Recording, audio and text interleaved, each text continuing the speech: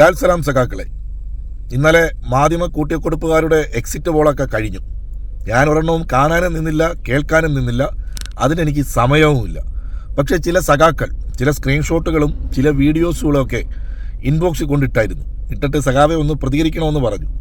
അപ്പോൾ ഇവന്മാർക്ക് നാണവും മാനവും ഉളുപ്പുമില്ല എന്ന് നമുക്കറിയാം. ഇനി എന്ത് പറഞ്ഞിട്ടും ഒരു കാര്യവുമില്ല.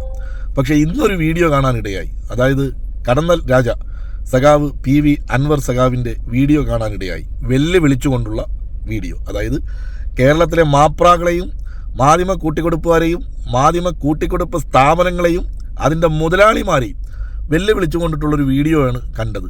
ആ വീഡിയോ നിങ്ങളെല്ലാവരും കണ്ടിട്ടുണ്ടാവും. എന്നാലും ഒന്നുകൂടി ഞാൻ ഇതിനോട് സ്റ്റിച്ച് ചെയ്യുകയാണ്. ആ വീഡിയോ എല്ലാവരും ഒന്ന് കാണുക.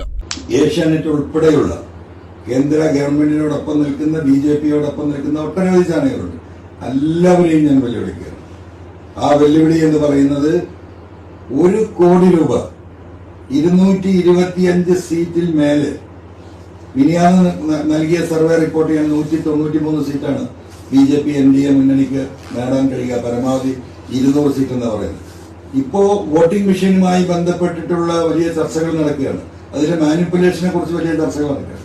അതിൽ മാനിപ്പുലേഷൻ നടന്നിട്ടുണ്ടെങ്കിൽ പോലും 225 സീറ്റിന് മുകളിൽ NDA മുന്നണിക്ക് ഇന്ത്യയിൽ നേടാൻ കഴിയില്ല എന്ന് ഞാൻ ഉറച്ചു വിശ്വസിക്കുക മാത്രമല്ല, അതല്ല BJP അധികാരത്തിൽ വരുമെന്ന് പറയുന്ന ഈ എക്സിറ്റ് പോൾ ഫലങ്ങൾ 1 കോടി രൂപക്ക് അവരോട് ബെറ്റ് വെക്കാൻ ഞാൻ തയ്യാറാണ്.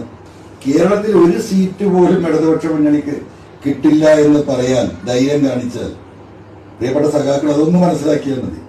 ഇത്തരം വാർത്തകൾ കാണുമ്പോൾ മാനസികമായി തകരേണ്ടവരല്ല സഖാക്കൾ. ഞാൻ ആദ്യം സൂചിപ്പിച്ചതുപോലെ മുമ്പുണ്ടായിരുന്ന സർവേകളൊക്കെ ഒന്ന് പരിശോധിച്ചാൽ നിങ്ങൾക്ക് മനസ്സിലാക്കാൻ സാധിക്കും. മാത്രമല്ല, നമ്മളൊക്കെ ഈ തെരഞ്ഞെടുപ്പിൽ ജനങ്ങളോടൊപ്പം നിന്നതാണ്. വീഡിയോ എല്ലാവരും കണ്ടല്ലോ. ഇനി പറയാനുള്ളത്, കഴിഞ്ഞ 2021 നിയമസഭാ തെരഞ്ഞെടുപ്പിൽ കേരളത്തിലെ മാപ്രാകളും മാധ്യമ കൂട്ടിക്കൊടുപ്പുകാരും തോൽപ്പിച്ച് വീട്ടിലിരുത്തിയ കേരളത്തിലെ നിലമ്പൂരിലെ ജനങ്ങൾ വോട്ട് ചെയ്ത് വിജയിപ്പിച്ച് നിലമ്പൂരിൻ്റെ MLA ആക്കിയ സഖാവ് PV അൻവർ എന്ന കടന്നൽ രാജാവാണ് വെല്ലുവിളിച്ചിരിക്കുന്നത്. എനിക്കിനി പറയാനുള്ളത്, കോലീവികളുടെ കോഴിക്കാലിൻ്റെയും മദ്യക്കുപ്പികളുടെയും മുമ്പിൽ നട്ടല്ലും നിലപാടും നിലവാരവും പണയം വെച്ച് സംഘപരിവാറിൻ്റെ എച്ചില് തിന്ന് വളരുന്ന കേരളത്തിലെ മാപ്രാകളോടും മാധ്യമ കൂട്ടിക്കൊടുപ്പുകാരോടും മാധ്യമ കൂട്ടിക്കൊടുപ്പ് സ്ഥാപനങ്ങളോടും അതിൻ്റെ മുതലാളിമാരോടും പറയാനുള്ളത്, നട്ടല്ലെന്ന് പറയുന്ന സാധനത്തിന് ഒരല്പമെങ്കിലും ഉറപ്പുണ്ടെങ്കിൽ, വാഴപ്പിണ്ടി അല്ല നട്ടലിന് പകരം നിൻ്റെയൊക്കെ പിറകിൽ ഇരിക്കുന്നതെന്ന് ഉറപ്പുണ്ടെങ്കിൽ ഈ വെല്ലുവിളി ഏറ്റെടുത്തുകൊണ്ട് മുന്നോട്ട് വരാൻ നീയൊക്കെ തയ്യാറാകണം. പ്രത്യേകിച്ച് ആഷ്മി താജ് ഇബ്രാഹിം, വിനു V ജോൺ, സുജയ പാർവതി, അങ്ങനെയുള്ള കമ്മ്യൂണിസ്റ്റ് വിരുദ്ധത ഏറ്റവും കൂടുതൽ തലയ്ക്ക് പിടിച്ചവരോടും കൂടിയാണ് ഈ പറയുന്നത്. നട്ടലിന് ഉറപ്പുണ്ടെങ്കിൽ, പച്ച മലയാളത്തിൽ പറഞ്ഞാൽ അണ്ടിക്കുറപ്പുണ്ടെങ്കിൽ ഈ വെല്ലുവിളി ഏറ്റെടുത്തിട്ട് കേരള ജനതയുടെ മുമ്പിൽ നിന്റെയൊക്കെ നിലവാരം ഒന്ന് കാണിക്കുക. ഇനി ഒന്നുകൂടി, നീയൊക്കെ പറഞ്ഞത് അക്ഷരാർത്ഥത്തിൽ തെറ്റാണ്. കേരളത്തിൻ്റെ പൈതൃകത്തെ ചവിട്ടി അരച്ച് BJP 3 സീറ്റ് കേരളത്തിൽ പിടിക്കുമെന്ന് പറഞ്ഞില്ലേ?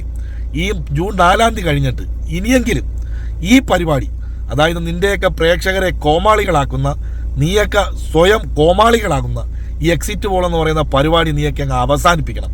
കൂടുതലൊന്നും പറയുന്നില്ല, പറയാൻ ഒരുപാടുണ്ട്. അതെല്ലാം ഇൻഷാ അല്ലാഹ് ജൂൺ 4 കഴിഞ്ഞിട്ട് നമുക്ക് പറയാം. ഓക്കെ, ലാൽ സലാം പ്രിയ സഖാക്കളെ.